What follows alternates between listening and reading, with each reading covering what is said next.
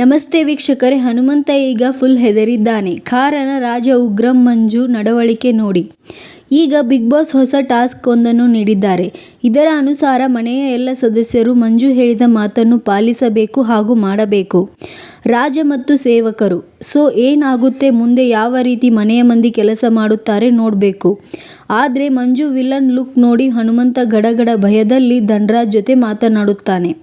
ಹೇಳಿದ ಕೆಲಸ ಎಲ್ಲ ಮಾಡಬೇಕು, ಊಟ ಬೇರೆ ಇಲ್ಲ ಎಂದು. ಮಂಜು ಎಲ್ಲರಿಗೂ ಶಿಕ್ಷೆ ಕೊಡುತ್ತಾ ಇದ್ದಾರೆ. ಪಾಪ ಹನುಮಂತ ಮುಗ್ಧ, ಏನು ಕತೆ ಆಗುತ್ತೆ. ಒಟ್ನಲ್ಲಿ ಹನುಮಂತ ಪ್ರತಿ ವಾರವೂ ಸೇಫ್ ಆದರೆ ಸಾಕು ಅನ್ನುತ್ತಾರೆ ಜನರು. ಹನುಮಂತ ಫೈನಲ್ಗೆ ಬರಬೇಕು ಎಂಬ ಆಸೆ ಜನರದ್ದು. ನೋಡೋಣ, ನಿಮಗೆ ಯಾರು ಇಷ್ಟ? ತಪ್ಪದೆ ವಿಡಿಯೋ ಶೇರ್ ಮಾಡಿ ಹಾಗೂ ಲೈಕ್ ಮಾಡಿ. ಹನುಮಂತ ಇಷ್ಟನಾ? ಹಾಗಾದರೆ ಜೈ ಹನುಮಂತ ಎಂದು ಕಮೆಂಟ್ ಮಾಡಿ. ಹನುಮಂತ ರಾಜ ಆದರೆ ಚೆನ್ನಾಗಿರುತ್ತೆ ಅಲ್ವಾ? ಅದನ್ನು ನೋಡಬೇಕು.